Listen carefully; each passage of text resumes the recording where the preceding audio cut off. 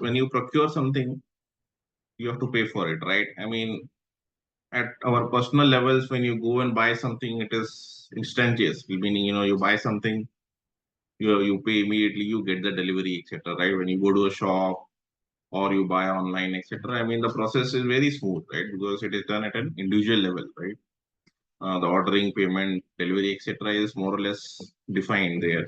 But the same thing when you do it at a at a corporate level or at a business level, it becomes very complicated because there are process to be followed, there are controls to be followed, right?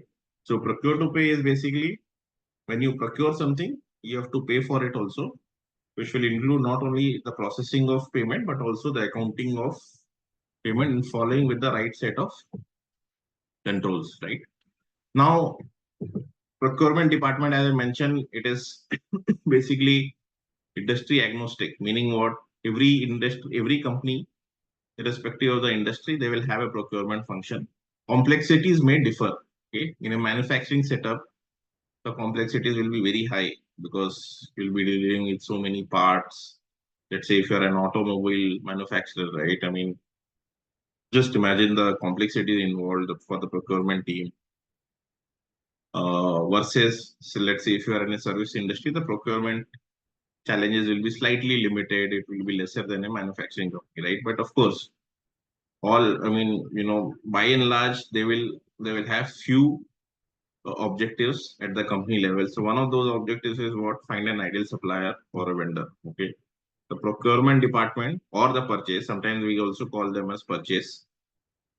Their main job is to find an ideal supplier or a vendor. Okay. Once they get a go ahead of buying something, okay, so the next process of identifying from who this has to be bought is something that the procurement team's main objective is, right? So they will do all those evaluation, whether the vendor is good, will take the documents, etc. So that is part of procurement, right? The next step, once they identify, obviously, they will have to also negotiate contracts and other terms of purchase, right? So negotiation means, one obviously is the commercial negotiation, whether the price is right, or it is high or low, whatever it is. Then the terms of purchase, if there is a liquidated damages, when the supplies have to be made, okay, and where the supplies have to be made, all that will come under other terms of purchase, okay, this, right? And then, the other objective is also for the procurement team is to uh, uh, ensure that they don't spend more than what the organization wants, right? I mean, they will obviously they will have their own budgets. They'll have targets to have savings, okay, which is aligned with the organization's targets, right? I mean, overall organization will say, let's say they have an overall target of achieving a particular margin, okay. That margin or profit can come from various sources, okay, higher sales or lower cost, right? So higher sale obviously is the responsibility of, so let's say, the marketing or the sales team, but lowering cost is, can procurement team will have one of the most important part to play in that, wherein they'll be responsible for bringing the cost down with good negotiation, finding another or alternate suppliers. All those things will be part of the procurement team's objectives, right? So they are responsible for ensuring that their spends are as less as possible without impacting the quality, right? Obviously, they can't let the quality of materials or services get impacted. So that is a bare minimum, right? It is given that a minimum amount of quality has to be maintained. And if you get a reduction in the cost, then it is obviously great for the organization, right? So these are the top three objectives of the procurement department, right? So from a procurement point of view, what is finance's role here? Invoice processing, right? When once the payment is done, I mean, once the procurement is done, obviously suppliers will ask for payments, right? So one of the most important activities of finance is to make sure that the payments are done after due controls or due checks have been performed, right? So that gets covered under invoice processing. And as once the processing is done, the payment is done, then right accounting entry for the entire process is also the responsibility of finance, right? So invoice processing along with the accounting for it, and obviously payment to vendors, right? Payment to vendors can happen through various banks, or nowadays we have so many modes of payments, right? Check payment, UPI, or RTGS and EFT and all that. So that is the responsibility of the finance team to ensure that the payments to vendors are happening properly. Okay, so that's so these are the high level objectives of procurement department, and how and where finance team gets involved. Okay, now let's look at what is a P2P cycle, right? So where does it start and how does it end? Okay, now let's say take an example of a say mobile manufacturer, right? I mean Apple. Okay, they manufacture mobiles, correct? So sometimes they outsource also their manufacturing, but assume that they are going to manufacture at their own plant. So right, so that is the business level objective of company like Apple. So where does the P2P cycle start? So it starts from identifying the needs, right? Okay, for example, the sales team will tell that, okay, I have an order of selling 600 mobile phones to this particular dealer or showroom, or whichever way they want to sell, right? So that is 100 mobiles I need. To produce that 100 new mobiles, the procurement team will have to see how many parts they would need, how many screens they would need, what should be the number of batteries they would need, right? And what are the, other things that are required to make sure that the manufacturing of those 100 mobiles happens, right? So that is identifying needs, right? So who will actually give, so basically there will be a sales team, okay, or marketing team who will take orders from the customers, and they will pass it on to the production team. Okay. The production team will say that, okay, to manufacture 100 mobiles, I need 1, 2, 3, 4, 5, 100 a part, and say 10 parts, right, to manufacture those 100 mobiles, and these are the quantities that I need. So that information is passed on to the procurement team, right? So that's where it starts, identify needs. How the passing on the information happens through requisition order, right? Let's say when the production team, they list down the number of parts and the part the quality, the specifications, etc., that they need. That requisition is that information is passed on to the procurement team through requisition order, right? We also call it as purchase requisition. In the real world, we call it as PR, right? Purchase requisition. So the PR will come from the production department to the purchase department or the procurement department. Why? Because the responsibility of manufacturing these 100 mobiles is of the manufacturing department. So they are the user department here, right? So they will tell procurement that I need these 10 parts and these are the quantities. But let's say, if you're buying a service, uh, like if you're part of the HR team, you want to organize a meeting or an event, right?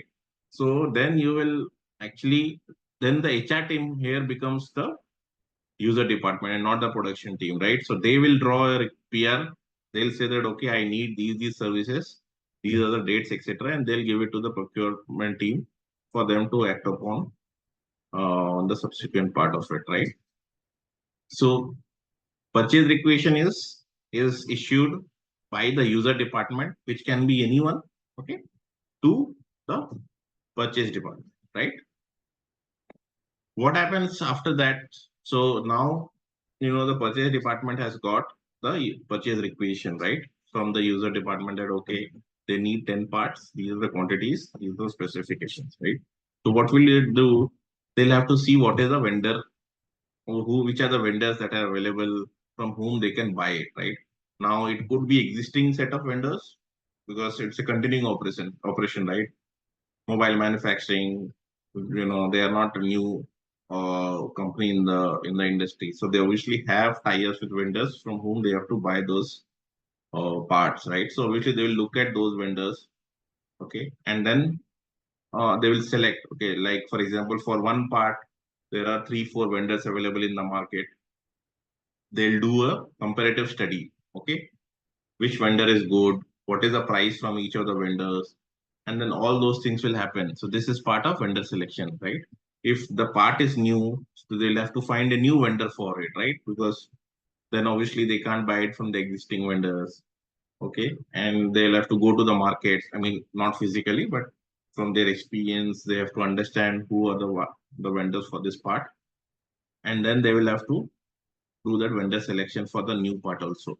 Okay, that entire process is called vendor process, right?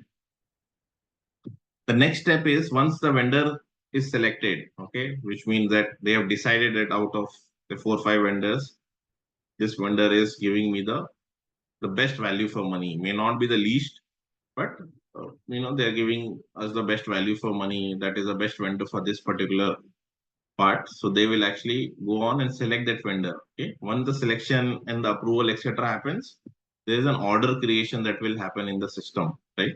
What is order creation? The company, that is Apple Computers in this case, they will have to create an order which is called as a purchase order, okay, in the name of the vendor, right? Saying that I am purchasing these uh, I want to purchase these parts. This is the price. This is the delivery terms. This is the payment terms. And then, okay, I want the delivery at these locations, okay, and the specification and all of that. So it will contain a full information of how many parts they need, what is the quantity, value, and all of that, right? It is a legal document. A purchase order, whenever it is issued by a company, it can be only revoked if the conditions have been accepted by both the buyer and seller, right? The buyer will have to raise a purchase order on the seller, okay, and the seller is bound to supply the material, and the buyer is bound to make the payment when the seller supplies for it, unless they both come together and mutually cancel the order, right? So that's why it is called as a legal document between the buyer and seller. Okay, so once the order is created, it is sent to the vendor, okay, for processing, uh, and then vendor accepts it, okay, and then the dispatch will happen depending on the dispatch schedule. It may not be immediately, right? The order has to be created first. Depending on the vendor's time schedule, they will have to dispatch the material, and that dispatch will happen from the vendor side. So along with the dispatch, the vendor will also send its invoice, right? Let's say if the vendor is outside of the state, then obviously there will be a inter state GST. If it is within the state, then there will be a intrust GST invoice.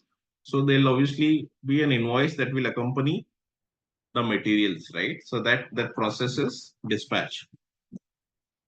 Okay. Now the next set of process is receiving. So vendor has dispatched the material along with the necessary documents, but the receiving has to happen at the plant, like which is Apple Computers here, right? So they will do the receiving. Which department will do? Mostly it will first go to the security, because generally if you look at a plant, and the reason I'm giving you all this is because when you work for a manufacturing company, you will keep hearing this word, right? So the materials will come on a truck to the plant, and the first check will happen at the security point. Okay. What will the security do? They'll see whether there is a purchase order, first of all, okay, against which the material has to be dispatched, because that's the first information that they'll check, whether the invoice is proper, or the quantities, etc., if they are able to do so. So all those checks will happen at the security level itself, right? And once the security says okay, the material will move inside on the truck and go to the stores department, right? That's where the actual receipt of material will happen. Okay, the unloading of material will be done at the stores department, and then when if the stores department is completely satisfied in terms of quality and quantity, etc., they will give a go ahead that I have received that the invoice contains 100 and I have received 100 quantities. And then this is the point that they will issue a GRN. Okay. Goods receipt note. Right. What will they do? They will issue a goods receipt note at this point of sixth step. Right. Remember, we did an entry while doing accounting fundamentals, which was inventory account debit to GRIR. Right. This is the time when the accounting entry will get generated. When the stores department issues a GRN, that time inventory will be debited. That we have accepted the inventory, and a liability in the form of GRIR will be created. Okay.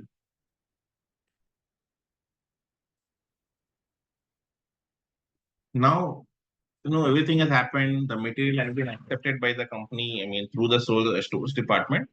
Now, obviously, we'll have to make the payment to the vendor, right? Because obviously, we have agreed in the purchase order that if the materials are of the right quantity, quality, etc., we'll do the payment.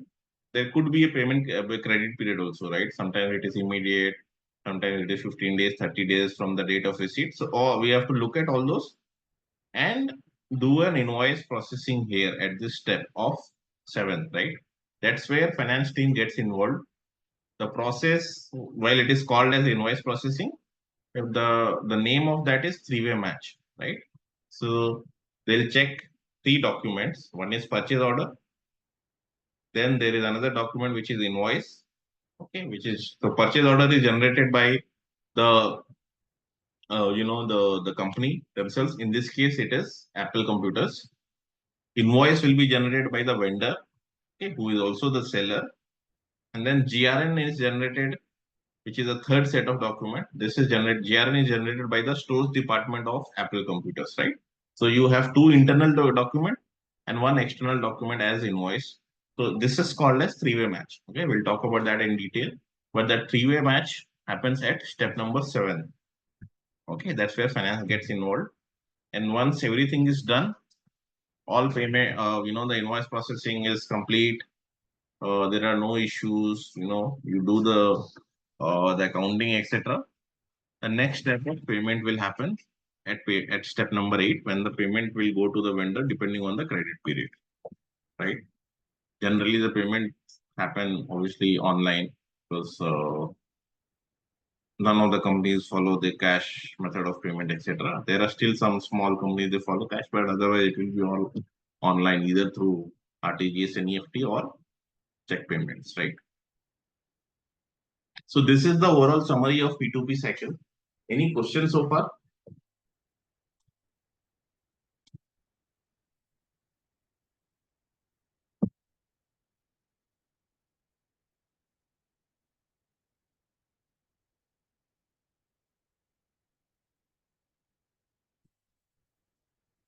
Okay, so no question. So 8 steps, just to kind of reiterate, 8 steps. Start with identification of needs, which go to the purchase department through the PR, which is purchase requisition or requisition order, step 2. Once it comes to the purchase department will do a vendor selection, evaluation, commercial negotiation, talking to the vendor, and all of that will happen at step 3. Once that is decided, order is created at step number 4. The legal document is generated in the form of purchase order, which goes to the vendor. The vendor will dispatch the material as according to the purchase order, which is a binding agreement. The material will be received at the plant, okay? And then obviously at the plant a GRN will be generated, goods receipt note, and if it is a service, then service receipt note is generated, okay, which is done by the user department. And then at 7th step, you will do a invoice processing. That's where finance comes into picture. Up until now, that is 1, 2, 3, 4, 5, 6, finance is not involved. 7 is where it is a process which is owned by the finance department, and 8 is also under the control of finance, where the payment has to happen to the vendor.